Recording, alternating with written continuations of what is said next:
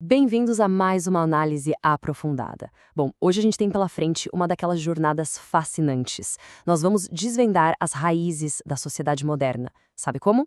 Comparando duas das mais famosas cidades-estado de toda a história, Atenas e Esparta. É absolutamente impressionante pensar como o alicerce de grande parte do nosso mundo ocidental foi moldado pelas rivalidades e, claro, pelos contrastes gigantescos entre essas duas potências da Grécia Antiga. Então, vamos lá. Ok, vamos mergulhar nisso. Antes de olhar para o passado, vale muito a pena observar a nossa própria realidade. Afinal, como a nossa sociedade contemporânea enxerga o conceito de pertencimento e de direitos? Hoje em dia, a palavra cidadania carrega um peso enorme, não é verdade? Ela está intimamente ligada à ideia de direitos fundamentais que devem, ou pelo menos deveriam, ser garantidos a todos que compõem uma nação.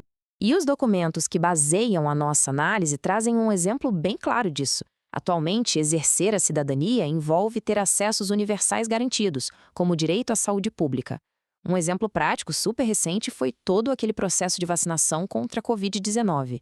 Garantir que a população inteira pudesse ser vacinada foi, na essência, uma forma de assegurar o exercício dessa cidadania moderna. Mas aí vem a grande pergunta: será que esse conceito de inclusão existiu desde sempre?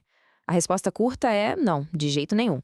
Na antiguidade, cidadania era um conceito, digamos, vastamente diferente. Para entendermos como essa evolução aconteceu, aqui está o nosso roteiro de hoje. 1. Formação da polis. 2. Esparta, a oligarquia militar. 3. Atenas, o berço da democracia. 4. Contrastes educacionais. E, por fim, 5. A verdadeira face da cidadania. Faremos um perfil profundo de ambas as cidades antes de colocá-las frente a frente. Número 1. Formação da polis. O amanhecer da cidade-estado. Bom, para começar a entender as origens históricas de todo esse cenário, a gente precisa lembrar que a Grécia Antiga nunca chegou a formar um grande império centralizado. O que aconteceu, na verdade, foi o fim daquelas antigas comunidades baseadas em laços familiares. Com o aumento da população, uma nova estrutura acabou surgindo, liderada por uma classe de privilegiados. E é exatamente nesse momento que nasce a cidade-estado. Olha só, a polis não era simplesmente um pedaço de terra onde as pessoas moravam. Como o próprio Aristóteles apontava, era uma comunidade onde o território transbordava de significados profundos. Cada cidade-estado possuía total autonomia política e administrativa. E justamente por causa dessa complexidade das diversas classes sociais convivendo ali, desde ricos comerciantes até os mais pobres e escravizados, era absolutamente vital criar regras de convivência e estruturas de poder bem definidas. Número 2. Esparta, a oligarquia militar. E é justamente nesse cenário de criação de regras e de muitos conflitos que entra o nosso primeiro grande modelo. Esparta ficava na região do Peloponeso, bem cravada entre montanhas, totalmente sem saída para o mar, e teve a sua fundação ligada aos dórios. Esse detalhe é fundamental, porque os dórios eram um povo extremamente militarizado, o que acabou moldando o DNA espartano desde o primeiríssimo dia. Agora, o que é realmente interessante é ver como o sistema político de Esparta, a oligarquia, era desenhado intencionalmente para excluir. Todo o poder ficava concentrado nas mãos de uma pequena elite bélica. Não existia espaço algum para a vontade da maioria. O sistema existia única e exclusivamente para manter os guerreiros de elite lá no topo da pirâmide. Era como um clube super restrito.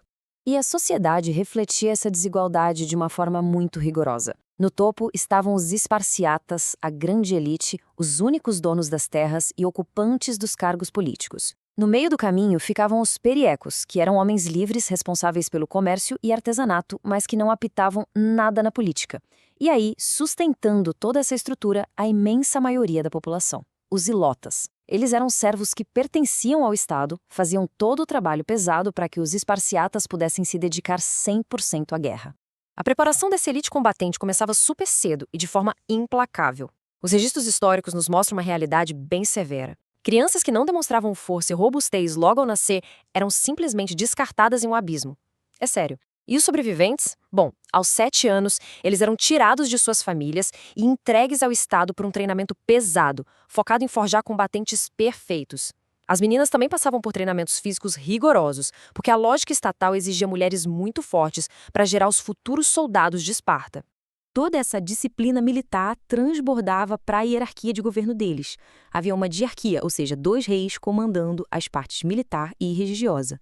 Mas a coisa era tão controlada que um grupo de 5 oficiais, chamados éforos, tinha o poder de simplesmente vetar as decisões desses reis. Tinha também a Gerôsia, o Conselho dos Anciãos e a Apla, uma assembleia onde os cidadãos não debatiam nada, eles apenas votavam nas decisões batendo palmas, literalmente um aplausômetro da antiguidade. Número 3. Atenas, o berço da democracia.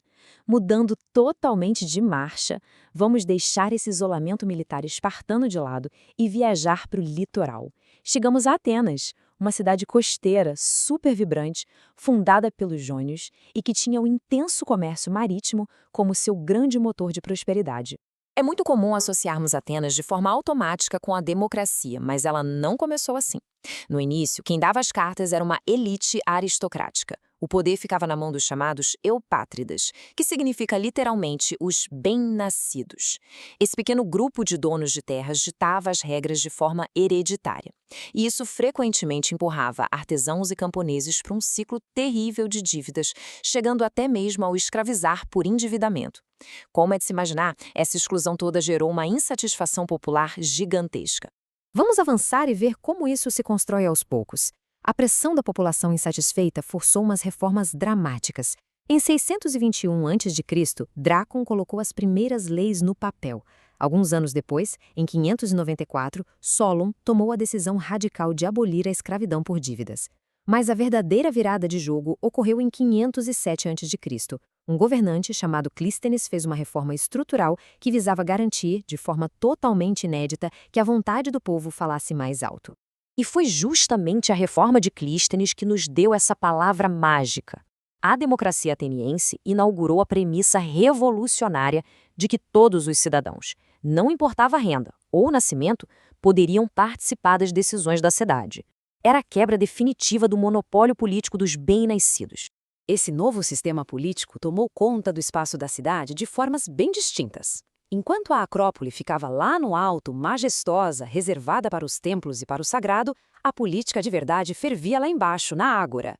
Essa praça pública virou o grande palco da democracia, um local super agitado onde os atenienses exercitavam a oratória em debates longos e apaixonados sobre os rumos da cidade. Número 4. Contrastes educacionais. O confronto direto. Bom, tendo traçado o perfil das duas cidades, chegou a hora de colocá-las em um confronto direto. As visões de mundo de Atenas e Esparta eram tão dispares que isso ditou completamente a forma como cada uma preparava suas futuras gerações.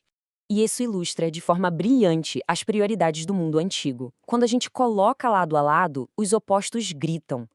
De um lado, a educação espartana, física, brutal, controlada pelo Estado com um objetivo só, formar uma máquina de guerra obediente. Do outro lado, a educação ateniense, orientada por um pedagogo, focada na intelectualidade, nas artes, na música. Eles criavam o terreno perfeito para que a filosofia e a reflexão crítica florescessem. Eram dois mundos literalmente opostos. Número 5. A verdadeira face da cidadania. Mas olha, antes que a gente comece a comemorar o modelo de Atenas como o auge absoluto da liberdade, a gente precisa fazer um choque de realidade bem profundo. A imagem da democracia antiga carrega uma ilusão gigantesca de igualdade cívica quando a gente analisa com a nossa mentalidade de hoje. Então, o ponto crucial é este número chocante. Apenas 10%. É isso mesmo. De todos os habitantes daquela Atenas super próspera e supostamente igualitária, estima-se que só cerca de 10% da população possuía, de fato, poder e participação política. O poder era do povo, com certeza, mas a definição de quem era esse povo era absurdamente estreita.